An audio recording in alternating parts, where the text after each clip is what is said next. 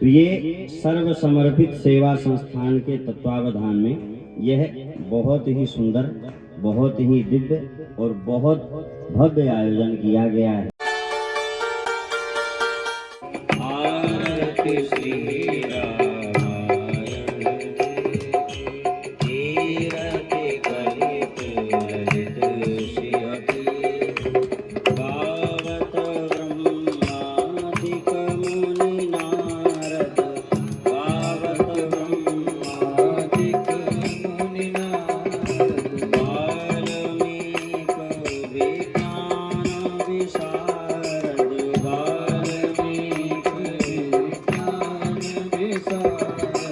सुख सनकादिशेष अनुसारद सुख सनकादिशेष अनुसारद भरणी पवन सुत कीरति की आरती श्री रामायण की भागवत वेद पुराण अष्टदश गावत वेद पुराण अष्टदश छौ शास्त्र सब ग्रंथन को रस छौ शास्त्र सब ग्रंथन को मुनि जन धन संतन को सर्वस मुनि जन धन संतन को सर्वस सार अंश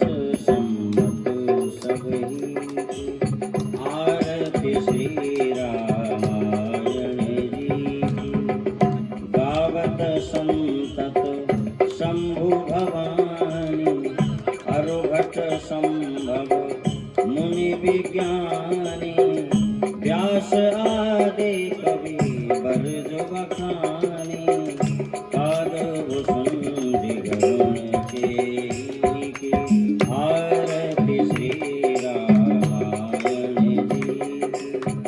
कलिमल हरनि विषय रस पीकी कलिमल हरनि विषय रस पीकी सुभग सिंगार मुक्ति जुवती की सुभग सिंगार मुक्ति जुवती दलन रोग भव मोरी अमी की दलन रोग भव मोरी तात मातु सब विधि तुलसी की आरती श्री रामायण जी की कर्पूर गौरम करुणावतारम संसार सारम भुजगेन्द्रहारम सदा वसंतम हृदयारविंदे भवं भवानी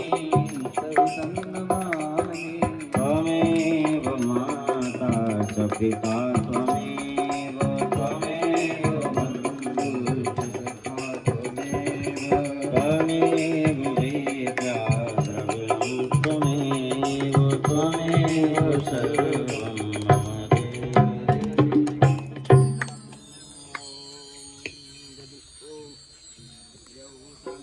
कथा प्रेमी भगवत भक्त सभी के अंतःकरण में विराजमान उस ज्ञान स्वरूप परमपिता परमात्मा के श्री चरणों में बारंबार साष्टांग प्रणाम।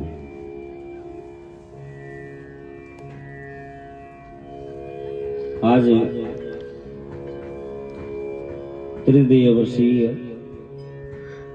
भगवत चर्चा प्रवचनात्मक श्री राम कथा का आज तृतीय दिवस है। सर्व समर्पित सेवा संस्थान ट्रस्ट के तत्वावधान में यह भगवत चर्चा, हरि कथा, राम कथा, भागवत कथा सब एक ही है।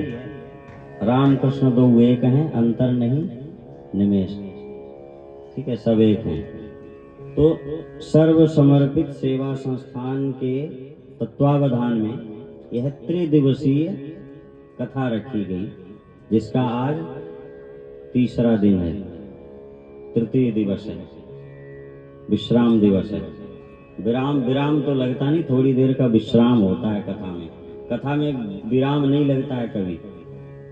नाना भांति राम अवतारा और रामायण शतकोटि अपारा, हरि अनंत हरि कथा अनंता, कहा ही सुना ही बहुविधि सब संता।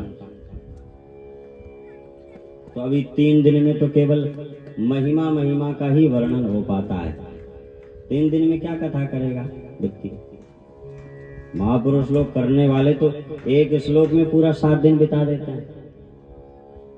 हमारे जो गुरुजी हैं, आप जहां देख करके आए, जो महाराज जी हैं, महाराज जी हमारे 4 महीने का चातुर्मास भागवत जी के एक श्लोक पर करते हैं। तो हरि अनंत हरि कथा अनंता ऐसे ही नहीं कह दिया गया। हम जैसों को तो कुछ आता ही जाता नहीं है, हम जैसों के लिए नहीं है। जो महापुरुष लोग हैं ना, वो रामायण की एक चौपाई को ही लेकर के पूरे 7 दिन 9 दिन, आप सभी लोग जानते होंगे, पूज्य स्वामी श्री राजेश्वरानंद सरस्वती जी महाराज, जो अभी नहीं है, ब्रह्मलीन हो चुके, तो वो महाराज जी का प्रवचन कैसे होता था, उनकी कथा कैसे रखी जाती थी, पता है प्रसंग क्या होता था? मंगल भवन अमंगल हारी, बस इतने पे उनको 9 दिन बोलना होता था। तो ऐसे महापुरुषों के लिए कहा गया हरि अनंत हरि कथा अनंता। तो कथा का कोई अंत नहीं होता है, अनंत है कथा का कोई अंत नहीं होता। और अंत नहीं होता इसलिए कथा का कोई विराम नहीं लगता है। कथा का विश्राम होता है, विश्राम दिवस होता है। विश्राम व्यक्ति थोड़ी देर के लिए करता है। व्यक्ति का जब विराम लग जाएगा तो वो तो फिर विराम के बाद तो फिर समाप्ति है। विराम तो केवल एक ही बार लगता है और विश्राम वो जीवन भर करता रहता है। तो ऐसे ही कथा का भी विश्राम दिवस होता है, समझ गए? तो ये सर्व समर्पित सेवा संस्थान के तत्वावधान में यह बहुत ही सुंदर, बहुत ही दिव्य और बहुत भव्य आयोजन किया गया है। पहली बार है ऐसा? जी देखो, और हमने ऐसा सुना है, ऐसा जाना, जो हमें पता लगा कि सब पढ़ने लिखने वाले जो छात्र हैं उनके द्वारा यह संस्थान का निर्माण किया गया, इस संस्था का निर्माण किया गया। और उसी में कुछ और भी तो कर सकते थे, भजन संध्या करवा लेते, रामलीला रासलीला कुछ भी करवा लेते, पर राम कथा जैसे महान, दिव्य और भव्य इतने अच्छे आयोजन का संकल्प मन में आना, यही भगवत कृपा है। समझ रहे हो? कुछ और भी कर सकते थे, पर कथा अभी कल हमने बताया ना, ये कथा कैसी होती है। एक तो भागीरथी गंगा है और एक ये भी भागवत रूपी भागीरथी भी है। भागवत है, राम कथा है, ये भी भागीरथी है। ये कैसी गंगा है? बोले सकल लोक जग पावनी गंगा। माँ भगवती भागीरथी गंगा का तो एक मार्ग अपना निश्चित है, वो अपने मार्ग में चलती है। पर ये ऐसी गंगा है कि ये घर घर पहुंचती है। और घर घर कब पहुंचती है? जन जन के पास कब पहुंचती है? जब भगवत कृपा होती है तभी पहुंचती है। ऐसे संस्थान के निर्माण में और निर्माण के बाद मन में ऐसा संकल्प जगना कि भगवत कथा का आयोजन रखना है, ये भगवत कृपा का ही फल है। इससे बड़ा भगवत कृपा का और कोई प्रमाण, इससे बड़ा कुछ नहीं है। मन में और भी दुनिया भर के, क्या मेला में हर जगह कथा थोड़ी हो रही है, कहीं कुछ हो रहा है, कहीं कुछ हो रहा है, पर ऐसे कथा का आयोजन रखना यही भगवत कृपा की अनुभूति है। और इससे यह साबित होता है कि अब आगे आने वाला जो समय है, उस समय में हमारा यह जो संस्थान है, हमारे संस्थान के द्वारा चालू किया गया जो भी कार्य है, संकल्प है अपना, हमारा संकल्प भूख मुक्त एवं शिक्षा युक्त भारत। आज सबसे बड़ी समस्या, इसको बंद कर लो ना, थोड़ी देर साइलेंट कर दो।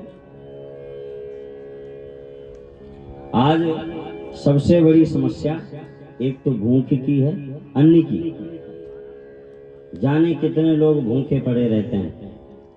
ऐसों का पेट भरना आज इस महाकुंभ में जगह जगह देखो, महापुरुषों के द्वारा अन्न क्षेत्र सेवा चलाई जा रही है।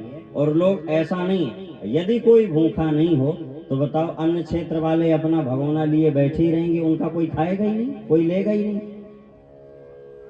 भूख मुक्त का मतलब ऐसा ही नहीं होता है कि व्यक्ति भूख के मारे तड़प रहा है, भूख के मारे तड़प रहा है या भूख के मारे मर जाए, ऐसे ही भूख नहीं होता है।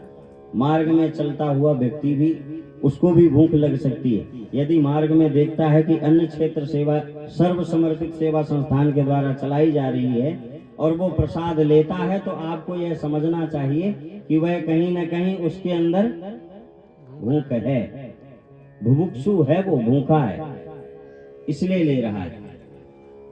और नहीं तो ठीक है, उसके अंदर भाव तो आता है कि ठीक है भगवान का प्रसाद है, थोड़ा भूख भी लगी है, पेट भी भर जाएगा, भगवान का प्रसाद भी लीजिए।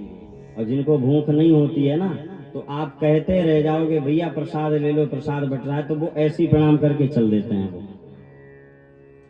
सही है। जो भूखा रहता है वही अन्न क्षेत्र में जाकर के प्रसाद मान करके लेता है और उसको ग्रहण करता है। अन्न भी ब्रह्म है, आप लोग ब्रह्म का वितरण कर रहे हो। अन्न साधारण नहीं, अन्न केवल अनाज नहीं है। देखो आप अनाज को पकाते हो, पकाने के बाद वो क्या बन जाता है? भोजन। लेकिन भोजन भी जब ठाकुर जी का भोग लगा दिया जाता है तब वो प्रसाद बन जाता है। आप लोग प्रसाद का वितरण करते हो। अन्न केवल अन्न पेट भरने की सामग्री नहीं है, अन्नम ब्रह्म, अन्न ब्रह्म होता है। आप लोग ब्रह्म का वितरण करते हो और जिस संस्थान के द्वारा ब्रह्म को परोसा जाए, ब्रह्म का वितरण किया जाए, उस संस्थान के जो भी संकल्प होंगे उनको पूर्ण होने में किसी भी तरह की कोई विघ्न बाधा नहीं आने वाली है। ये तो बिल्कुल तय है, ये भगवान की कृपा है, भगवत कृपा का ही परिणाम है कि इस प्रकार के आयोजन को भी आप लोगों ने करवाने का मन में संकल्प लिया है। और कौशलेश प्रसाद पांडे जी और धर्मपत्नी श्रीमती श्यामा देवी पांडे जी, देखो हम किसी भी कार्य को करने का अपने मन में संकल्प तो बना लेते हैं, किसी भी कार्य को करने का अपने मन में हम संकल्प तो बना लेते हैं, पर कल बताया गया ना, जिस कार्य के बारे में, जिस कार्य के प्रति हमारे अंदर महत्व बुद्धि नहीं होती है, उस कार्य के प्रति हमारी श्रद्धा नहीं बनती है। जिस कार्य के प्रति हमारे अंदर महत्व बुद्धि नहीं, जिस कार्य की महानता, जिस कार्य का महत्व हमें पता नहीं होता है, उसके प्रति फिर हमारी ज्यादा श्रद्धा नहीं बनती है। और ऐसे में सबसे ज्यादा आवश्यकता होती है उत्साह वर्धन करने वाले की, मनोबल बढ़ाने वाले की। तो ये कौशलेश प्रसाद पांडे आप ही हैं। क्या बात है, आपने बहुत अच्छा काम किया है, क्योंकि मन में कोई संकल्प तो ले लेता है पर आगे बढ़ाने वाला कोई नहीं होता है। चार लोग ये कहने वाले मिल जाएंगे, अरे भैया कहाँ की आफत पाल रहे हो यार, रोज रोज कहाँ अन्न क्षेत्र बंटवाते घूमोगे, हाँ रोज रोज बनवाओ, रोज रोज बंटवाओ, चार लोग साथ में जरूरी हैं, कहाँ इतनी आफत पाल रहे हो। पर इस प्रकार के कार्य में भी उत्साह वर्धन करने वाला कोई कोई होता है, जो आप मिले हो। ये भी भगवत कृपा के फल की अनुभूति है, ये भगवत कृपा है। क्योंकि किसी भी कार्य में टांग खिंचाई करने वाले, सीधा सीधा समझो टांग खींचने वाले बहुत मिल जाते हैं, पर उत्साह वर्धन करने वाला कोई कोई विरल ही मिलता है। और यदि कोई उत्साह वर्धन करने वाला मिल गया तो उसको, चाहे वो हमारे माँ बाप हों, चाहे कोई भी हो, उनको हमें रिश्ते से नहीं जोड़ना चाहिए। हमें यह समझना चाहिए कि ये नारायण ही हमें आगे बढ़ाने के लिए हमारा उत्साह वर्धन कर रहे हैं। बस इससे अच्छा कार्य और कुछ नहीं हो सकता है। ये सर्व समर्पित सेवा संस्थान, इसका नाम ही आपने रख लिया है, सर्व समर्पित सेवा संस्थान। पूरी तरह से समर्पण भाव से सेवा करने का काम है इस संस्थान का। इसमें कुछ बचाना कुचाना धरना अपने पास तो कुछ ही नहीं है। और देखो पढ़ने लिखने वाले बच्चों के पास क्या होता है, वो स्वयं घर से खर्चा लेकर के पढ़ाई लिखाई करते हैं, पर उनके मन में भी यदि ऐसा संकल्प आ गया, ऐसे संस्थान का निर्माण उनके द्वारा किया जा रहा है, तो ऐसे बच्चों, पढ़ने लिखने वाले बच्चों के द्वारा यदि ये संकल्प लिया गया है, तो फिर इसमें फिर कोई विचार, कोई संशय नहीं करना चाहिए कि इस शिविर, ये इस संस्थान के कार्य में किसी भी प्रकार की कोई विघ्न बाधा आने वाली है। ये निर्विघ्न इसका संकल्प संपन्न होगा। और ये तो अनवरत हम भगवान से, ठाकुर जी से, बिहारी जी से यही प्रार्थना भी करते हैं कि सतत जीवन भर इस संस्थान का जो संकल्प है, जो विचार है, जो मन में जो भी भाव है, जो कुछ भी है, कोई जरूरी नहीं कि इस कार्ड में जो लिखा हुआ है वही नहीं, और भी कुछ है, क्योंकि इसमें तो भूख मुक्त और शिक्षा मुक्त लिखा हुआ है। मान लो आगे चल करके बिहारी जी की कृपा हुई तो अनाथ कन्याओं का विवाह भी, और भी जाने कितने अच्छे अच्छे कार्य होते हैं। तो हम बिहारी जी से यही प्रार्थना करते हैं, आप लोगों ने अपने मन में जो भी संकल्प इस संस्थान के प्रति रखा है, उस संकल्प को बिहारी जी निर्विघ्न संपूर्ण करें। अब बस इतना ही बोल करके, कल जहाँ पर हम लोगों ने कथा को विश्राम दिया था, विराम तो दिया नहीं था, भजन में लगा के लोग कहते हैं ना भगवान की प्राप्ति करनी। भगवान कैसे मिलेंगे? भगवान इतनी सरलता से नहीं मिल जाते हैं, संतों के पास जाने से ही मिलते हैं। और संत कौन है? बोले दुर्दशाग्रस्त जीव के प्रति जब उमड़ता प्यार है, दुर्दशाग्रस्त जीव के प्रति जब उमड़ता प्यार है, तो कहते हैं संत का ही रूप धर लेता हरि अवतार है। ये संत जो है ना, ये परमात्मा के ही स्वरूप हैं। इसलिए कहते हैं क्या, बैठो संतों में जाके मन को भजन में लगा के, राम मिल जाएंगे, राम मिल जाएंगे, राम मिल जाएंगे, राम मिल जाएंगे, राम मिल जाएंगे, राम मिल जाएंगे, राम मिल जाएंगे, राम मिल जाएंगे, राम मिल जाएंगे, राम मिल जाएंगे। बैठो संतों में जाके मन को भजन में लगा के, बैठो संतों में जाके भजन में लगा के, बैठो संतों में जाके मन को भजन में लगा के, राम मिल जाएंगे, राम मिल जाएंगे, राम मिल जाएंगे, राम मिल जाएंगे।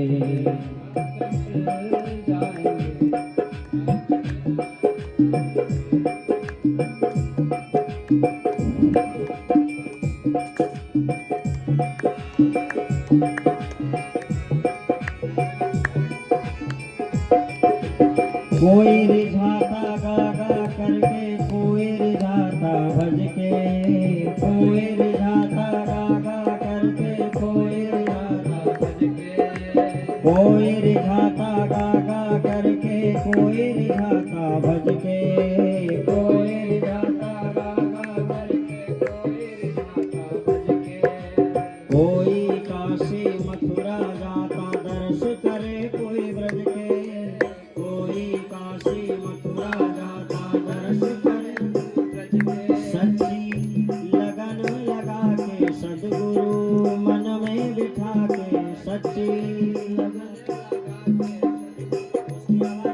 बिठा के, सच्ची लगन लगा के सद्गुरु मन में बिठा के, सच्ची लगन लगा के सद्गुरु मन में बिठा के, राम मिल जाएंगे, राम मिल जाएंगे, राम मिल जाएंगे, राम मिल जाएंगे, राम मिल जाएंगे, राम मिल जाएंगे, राम मिल जाएंगे, राम मिल जाएंगे। बैठो संतों में जाके मन को भजन में लगा के, बैठो संतों में जाके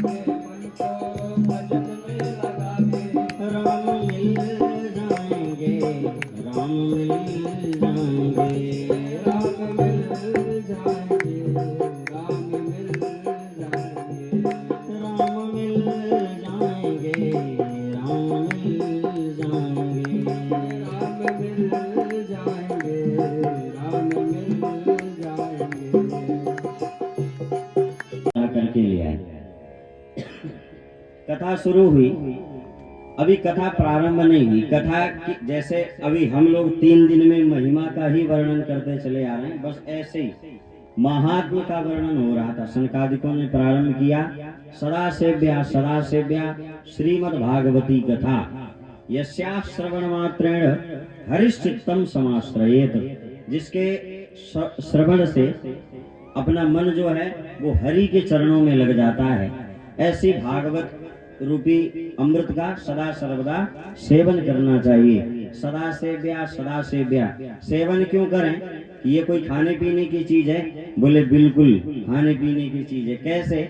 बोले निगम कल्पतरोर गलितम फलम सुख मुखाद अमृत द्रव संयुतम पिबत भागवतम रसमालयम मुहुरहो रसिकाः भुवि भावुका।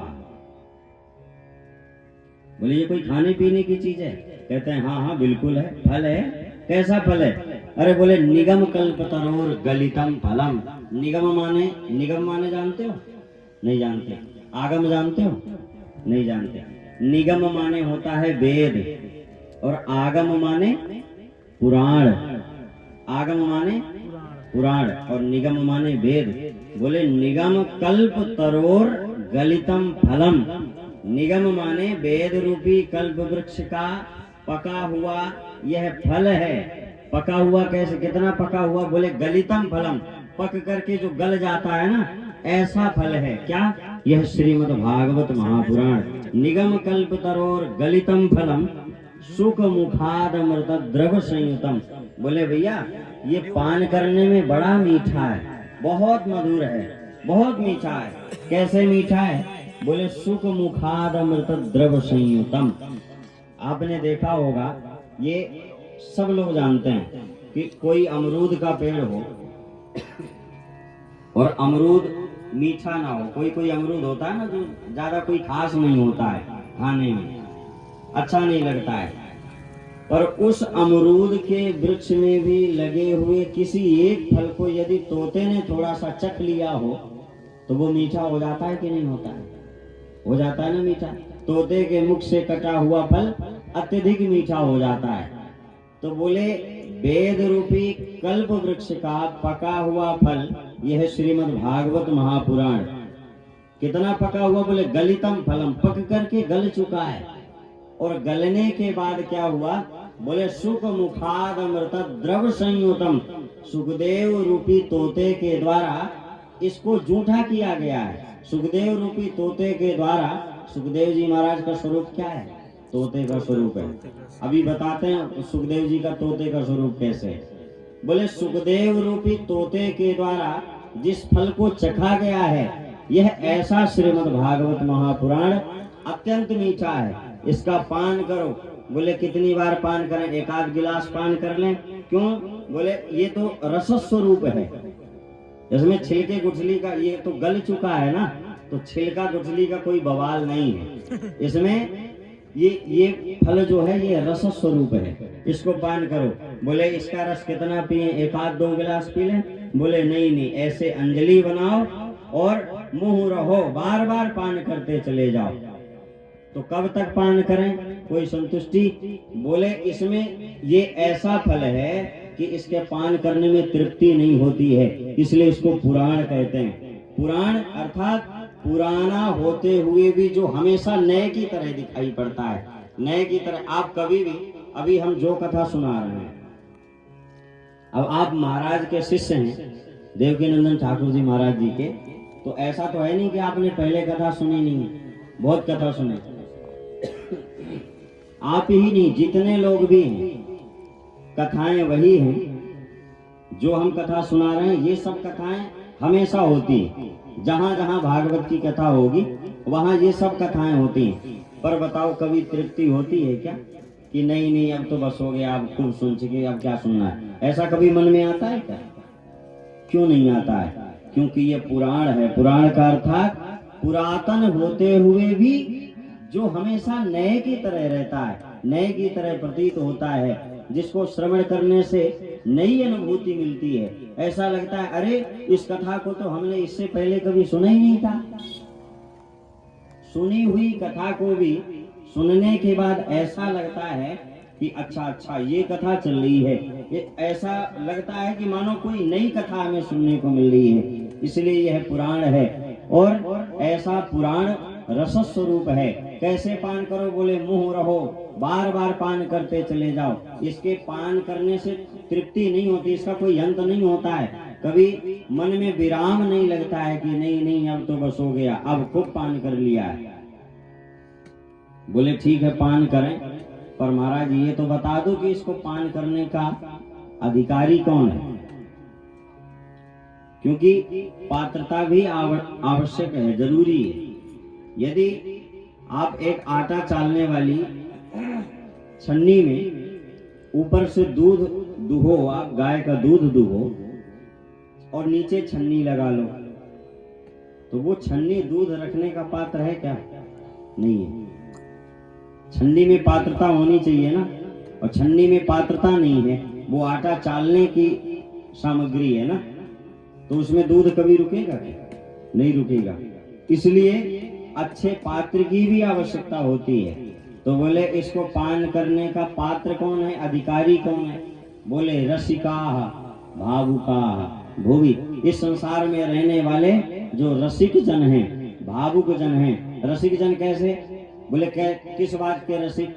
अरे बोले जिनके सत्संगति अति प्यारी, जिनको सत्संग प्रिय हो, सत्संग के रसिक, रसिक अर्थात प्रेमी, जो सत्संग के प्रेमी हो, भगवत कथा के, भगवत चर्चा के प्रेमी हो, ऐसों को इस कथा को श्रवण करने का, पान करने का अधिकार दिया गया है।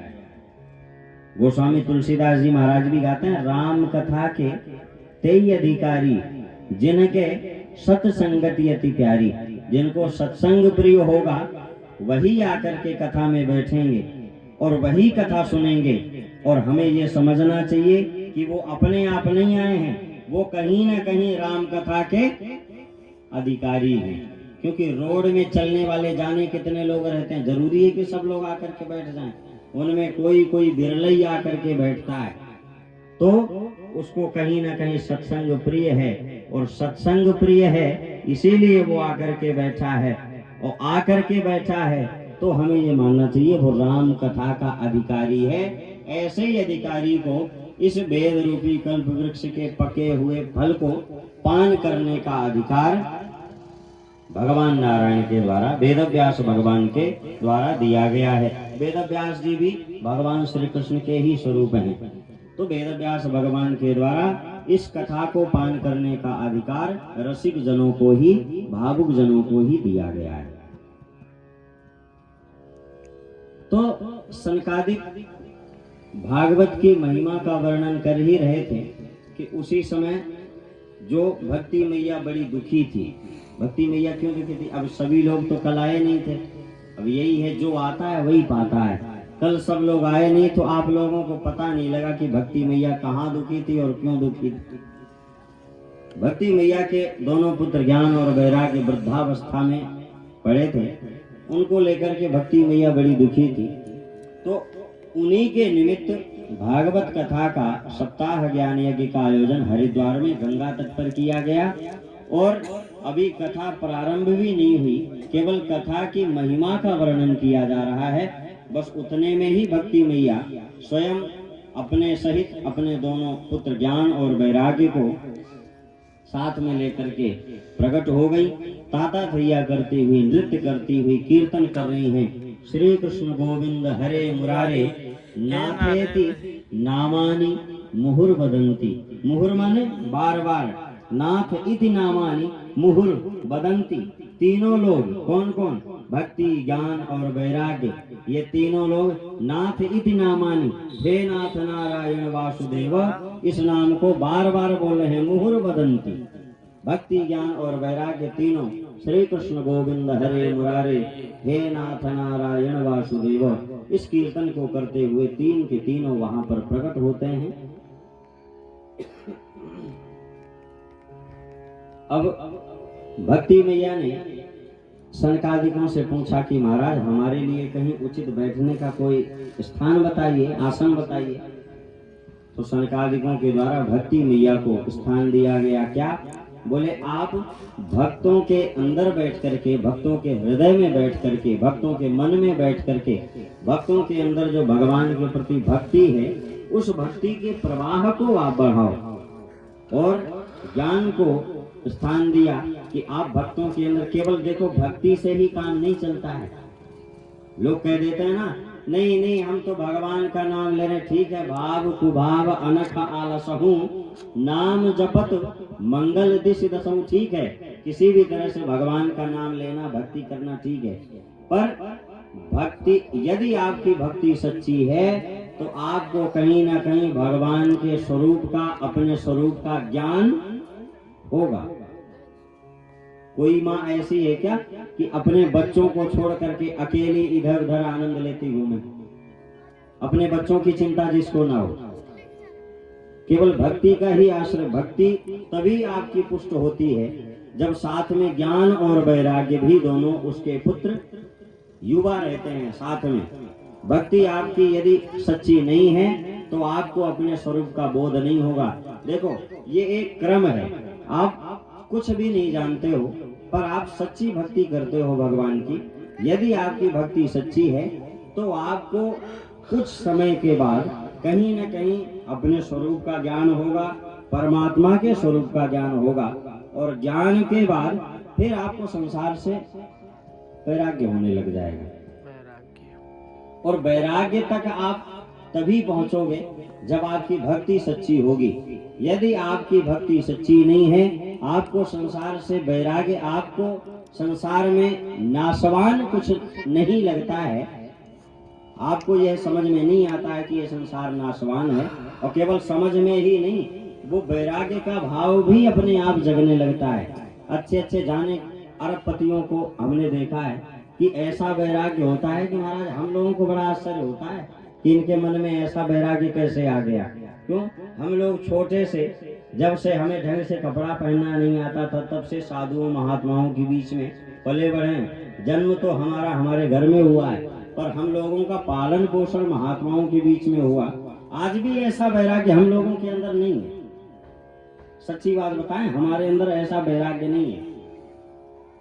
पर बड़े बड़े अरबपतियों खरबपतियों के मन में ऐसा वैराग्य आ जाता है, तत्क्षण ऐसा वैराग्य आ जाता है। अभी एक भैया है, जानते होंगे, वो पंजाब वाले संजीव भैया, गुरुजी की कथा करवाते थे और बहुत अच्छे, उनकी पत्नी जो है वो मेडिकल कॉलेज में प्रिंसिपल हैं और स्वयं बहुत अच्छे किसी विभाग में कोई अधिकारी थे। और अभी 3-4 दिन पहले उन्होंने दंड धारण कर लिया, संन्यास ले लिया। समझ में ही नहीं आया कि ऐसा वैराग्य, पर हमने उनको देखा है, भक्ति वो बहुत करते थे। तो यही मानते हैं कि उनकी भक्ति का ही परिणाम है कि कहीं ना कहीं उनको अपने स्वरूप का बोध हुआ, अपने स्वरूप का ज्ञान हुआ, भगवान के स्वरूप का ज्ञान हुआ, फिर उनके मन में वैराग्य आ गया, इसलिए उन्होंने संन्यास लिया। आपकी भक्ति यदि सच्ची है तो ज्ञान और वैराग्य आपके पास अवश्य आएंगे। यदि ज्ञान वैराग्य नहीं आते हैं, आपको आपके पूजा पाठ का कोई फल नहीं मिलता है, कोई परिणाम अच्छा नहीं दिखाई पड़ता है, तो हमें ये समझना चाहिए कि कहीं न कहीं हमारी भक्ति में कोई त्रुटि है, कोई कमी है। तो भक्ति मैया को स्थान दिया कि आप भक्तों के अंदर बैठ करके भक्ति के वेग को बढ़ाओ, भक्ति के प्रवाह को बढ़ाओ। ज्ञान को भी स्थान दिया, वैराग्य को भी स्थान दिया। ये एक ही भक्त के अंदर ये तीन के तीनों होते हैं। प्रारंभ भक्ति से होता है और अंत वैराग्य पर होता है। प्रारंभ भक्ति से नहीं हुआ और जो केवल ज्यादा ज्ञानी बने बैठे रहते हैं उनका भी फिर कुछ नहीं हो पाता है। ना वो इधर के रहते हैं, ना इधर के रहते हैं, ना वो वैराग्य के हो पाते हैं, ना भक्ति के हो पाते हैं, वो केवल बीच में ही अटके रहते हैं। प्रारंभ भक्ति से कुछ नहीं जानते हो, आप कुछ भी नहीं जानते हो। पत्रम पुष्पम फलम तोयम यो मे भक्त्या प्रयच्छति तदहम भक्त्युपहृत मस्नामि प्रयतात्मनः। भगवान कहते हैं मेरा भक्त, ठीक है, ज्यादा वेद पुराण शास्त्र मंत्र नहीं जानता है, कोई बात नहीं। पत्रम पुष्पम फलम तोयम यो मे भक्त्या प्रयच्छति, मेरा भक्त कोई भी पत्र पुष्प फल कुछ भी मुझे समर्पित कर देता है तो मैं उस पर अनन्य कृपा करता हूँ। आप केवल पत्र पुष्प से ही शुरुआत करिए ना, आप भक्ति करना प्रारंभ करिए। भक्ति आपकी दिखावटी नहीं होनी चाहिए, दिखावे वाली भक्ति नहीं होनी चाहिए। लोग हमें देखें कि नहीं हम तो 4 बजे जा करके शंकर जी के मंदिर में 4 लोटा जल चढ़ा रहे हैं, ये जरूरी नहीं है। हम भक्ति अपने मन से करें, और अपने मन से भी ऐसी भक्ति नहीं कि किसी को कह दिया जाए ना भैया थोड़ा भगवान की पूजा पाठ कर लिया करो, भगवान को जल चढ़ा दिया करो, तो लोग कह देते हैं ना नहीं हम तो मन से करते हैं, हम दिखावे की भक्ति नहीं करते हैं। तो ऐसी भी भक्ति नहीं होनी चाहिए, इतनी भी मन से भक्ति नहीं होनी चाहिए कि भगवान के ऊपर चींटे घूम रहे हैं, धूल उड़ रही है, भगवान के ऊपर एक लोटा जल नहीं चढ़ रहा है और आप मन से भक्ति किए जा रहे हो, तो फिर आप उस मूर्ति को वहां से या तो विसर्जित कर दो कहीं ले जाकर के, केवल मानसिक भक्ति करो। तो ऐसी भी भक्ति नहीं होनी चाहिए। भक्ति आप पत्र पुष्प फल से प्रारंभ करो। आपकी भक्ति यदि सच्ची है तो ज्ञान और वैराग्य दोनों अवश्य भी आपके अंतःकरण से प्रस्फुटित होंगे, और वहां पर भक्ति ज्ञान वैराग्य तीनों को स्थान देने के बाद नारद जी ने सनकादिकों से प्रश्न किया। क्या? बोले महाराज हमने सुना है कि यह जो भागवत कथा है यह कोई अत्यंत पापी हो, दुरात्मा हो, अत्याचार करने वाला हो, कोई कैसा भी प्रेत हो, कुछ भी हो, जिसने जीवन में कभी कोई पुण्य कार्य ना किए हो, कोई अच्छे कार्य ना किए हो, ऐसे व्यक्ति का भी मोक्ष भागवत की कथा को सुनने से हो जाता है। सनकादिकों ने कहा हाँ बिल्कुल ठीक सुना है। आजन्म मात्रमपि येन सठेन किंचित, कहते हैं जिस व्यक्ति ने जीवन भर पाप ही किए हों, अच्छे काम नहीं किए हों, हमेशा गलत आचरण किया हो, ऐसा भी व्यक्ति मरने के बाद, अब आप अनुमान लगाओ कि जो जीवन भर पाप कर्म करेगा और मर जाएगा तो वो कितना सुंदर प्रेत बनेगा, कितना धार्मिक प्रेत बनेगा। आप अनुमान लगाना वाला, कितना भयंकर प्रेत बनेगा। कहते हैं ऐसे प्रेत की भी मुक्ति भागवत की कथा से हो जाती है। नारद जी ने कहा ऐसे हमें विश्वास नहीं होता है महाराज, कोई तो उदाहरण देना पड़ेगा। तो उदाहरण देते हैं क्या? तुंगभद्रा तटे पूर्व मभूत पतन उत्तमम, कहते हैं एक तुंगभद्रा नाम की नदी थी। तुंगभद्रा नाम की नदी के किनारे एक उत्तम नाम का नगर बसा हुआ था। वहां पर एक बहुत ही तेजस्वी ओजस्वी ब्राह्मण आत्मदेव जी महाराज रहते थे। आत्मदेव नाम के एक ब्राह्मण रहते थे। और कैसे थे? बोले द्वितीय इव भास्करा। कैसे थे? बोले उनका तेज ऐसा था, ऐसा लगता था मानो उत्तम नगर में एक ये दूसरा सूर्य ही विराजमान है, ऐसा उनका तेज था। और त्रिकालज्ञ थे, त्रिकाल संध्या भी करने वाले थे। देखो ब्राह्मण की सबसे बड़ी ताकत क्या होती है जानते हैं? ब्राह्मण की सबसे बड़ी ताकत होती है क्या? संध्या। ब्राह्मण की सबसे बड़ी ताकत होती है। अब संध्या से हर कोई संध्या नहीं समझ पाता है, तो ये भी बता दो ब्राह्मण की सबसे बड़ी शक्ति क्या है? गायत्री। ब्राह्मण यदि गायत्री से वंचित है, संध्या से वंचित है, तो फिर ब्राह्मण के अंदर ब्राह्मण तो नहीं रहता है। जन्म से तो वो ब्राह्मण रहता है, पर कर्म से भी यदि ब्राह्मण बन जाए तो ज्यादा अच्छा रहता है। फिर उस ब्राह्मण की क्षमता का कोई पारावार नहीं होता है। पर ब्राह्मण आज के समय में सबसे बड़ी विडंबना यही है। किसी से पूछो, एक पंडित जी मिले हमें, हम अपने गांव गए तो हमें वहां पंडित जी मिले, कहीं बाहर से ही आए थे। बोले हम ये ब्राह्मण हैं, हमारा ये गोत्र है, ऐसा है वैसा है, ये प्रवर है, ये सूत्र है। हमने पूछा महाराज वो सब तो ठीक है, अब ये बताओ आप श्रीमान जी संध्या साल भर में कितने दिन संध्या करते हो? बोले संध्या करनी क्या होती है, संध्या तो हो जाती है अपने आप रोज। जो शाम को जो संध्या काल आता है, गोधूली वेला आती है। गोधूली वेला क्यों? बोले जब पहले लोग गाय चरा करके शाम को गायों को लौटा करके ले आते थे ना, तो गायों के खुर से जो धूल उड़ती थी उसी को गोधूली बेला कहा जाता है। और संध्या काल, संध्या का अर्थ होता है संधि। संधि कैसी? बोले दिन और रात्रि की जब संधि होती है। कैसे संधि होती है, हमें कैसे पता लगेगा?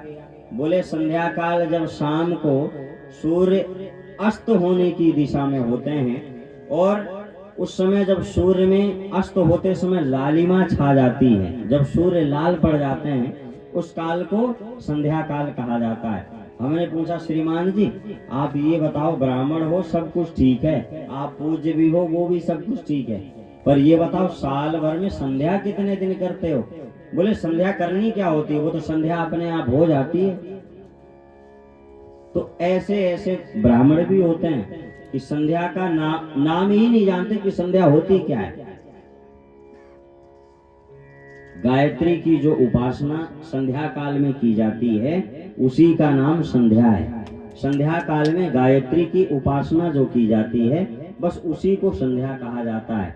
ब्राह्मण को 3 टाइम ना हो सके तो 2 टाइम तो करनी चाहिए, 2 टाइम नहीं भी हो सके तो 1 काल की संध्या अवश्य ही करनी चाहिए।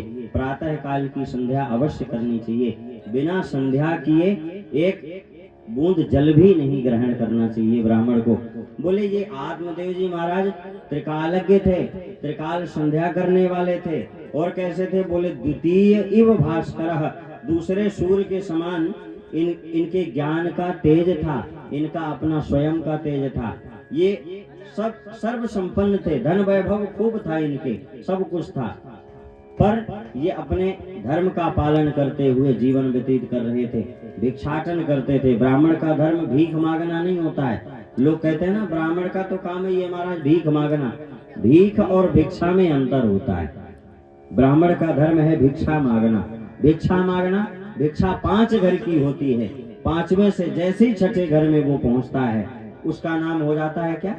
उसका नाम भीख हो जाता है। ब्राह्मण का धर्म भीख मांगना नहीं, ब्राह्मण का धर्म भिक्षा मांगना है। ब्राह्मण यदि 5 घरों से भिक्षा मांगता है तो वो भीख नहीं मांग रहा है, वो अपने धर्म का पालन करता है। लोग सुदामा जी को कह देते हैं महाराज सुदामा जी तो दरिद्री थे, निर्धन थे, कुछ नहीं था उनके पास, बड़े गरीब थे। सुदामा जी की मानो ऐसी स्थिति दिखाई जाती है कि सुदामा जी से बड़ा कोई दरिद्री गरीब था ही नहीं,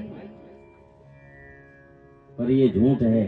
सुदामा जी को तो बहुत बड़ा स्वाभिमान है कि मुझसे ज्यादा अमीर तो कोई पूरी सृष्टि में ही नहीं हो सकता है। क्यों? बोले सुदामा जी भीख नहीं मांगते थे, सुदामा जी तो भिक्षाटन करते थे। कृष्णस्यासि सखा कश्चित् ब्राह्मणो ब्रह्मवित्तम, ऐसा कहते हैं भागवत में सुखदेव भगवान। ब्राह्मण है, ब्रह्मवित्तम है, अपने जो ब्राह्मण का जो कर्म है उसका पालन करने वाला है सुदामा। सुदामा भीख नहीं मांगता है, सुदामा गरीब नहीं है, सुदामा जी भिक्षा मांगते हैं। भिक्षा 5 घर की होती है, 5वें से 6ठे घर में सुदामा नहीं जाते हैं। 5 घरों में चाहे पूरे परिवार के लिए मिल जाए, चाहे 5 घरों में 1 रोटी भी न मिले, 5वें से 6ठे घर में नहीं जाना चाहिए। 6ठे घर में जैसे ही गया सोई वो भिक्षा से नाम बदल करके भीख पड़ जाता है। तो ये आत्मदेव जी महाराज भी ऐसे ही बड़े ओजस्वी थे, सर्व संपन्न थे, धन वैभव खूब था। और बस दुख इनके मन में केवल एक ही बात का रहता था, क्या? इनके कोई संतान नहीं थी और इनकी पत्नी का नाम था धुंधली देवी। इनके कोई संतान नहीं थी। इस बात से ये हमेशा आरती की जय हनुमान लला की, दुष्ट दलन रघुनाथ कला की, जाके बल से गिरिवर कांपे, रोग दोष जाके निकट न घापे, अंजनी पुत्र बाएं भुजा असुर दल मारे, दाहिने भुजा सदा वसंतम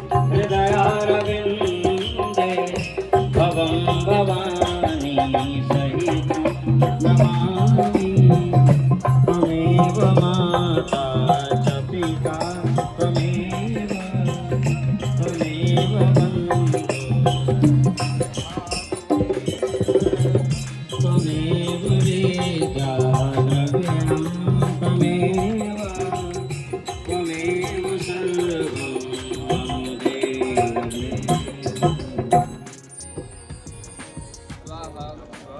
स्वाहा स्वाहा स्वाहा स्वाहा स्वाहा स्वाहा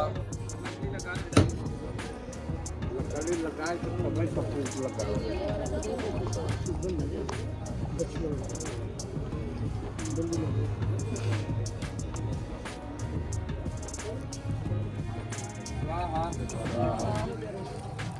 स्वाहा स्वाहा स्वाहा स्वाहा स्वाहा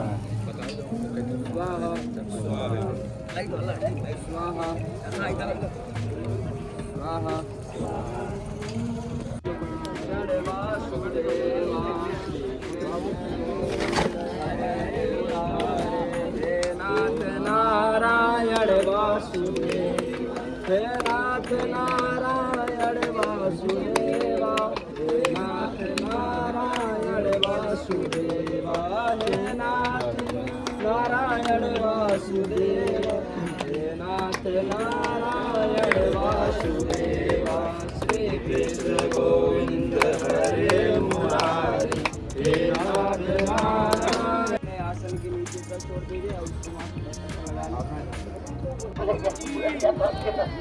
कथा में बढ़ेगी। जल्दी जल्दी निकलो आप लोग, कथा डिस्टर्ब हो रहा है। एक निर्गुण सुनाएंगे आपको आगे।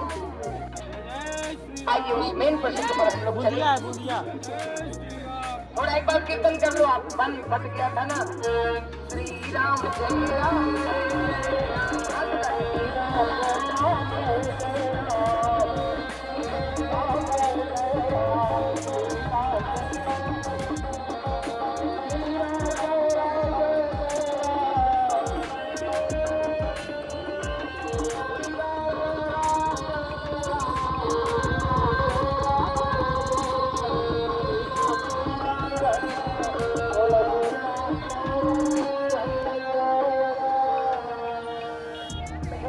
राजा जनक के सभा में बहुत भीड़ था। राम जी ने कहा तुमने जनक जी को जो कहा आप नहीं, श्री नहीं, गुरु जी नहीं, महाराज जी नहीं, आपने जनक कर दिया। लक्ष्मण ने कहा भैया सर्प का काटने का स्वभाव नहीं, आपने उत्तर दिया। और सर्प का काटने गलती हो गई, सर्प का काटने का स्वभाव है, आपने उत्तर दिया। मरी का काटने का स्वभाव नहीं है। तो राम जी ने कहा जनक जी ने गलती क्या किया? बोले आपको बोले, बोले हमको बोले तो तुमको क्यों दर्द हुआ? बोले इसलिए दर्द हुआ कि ये धरती के भूमंडल पर राज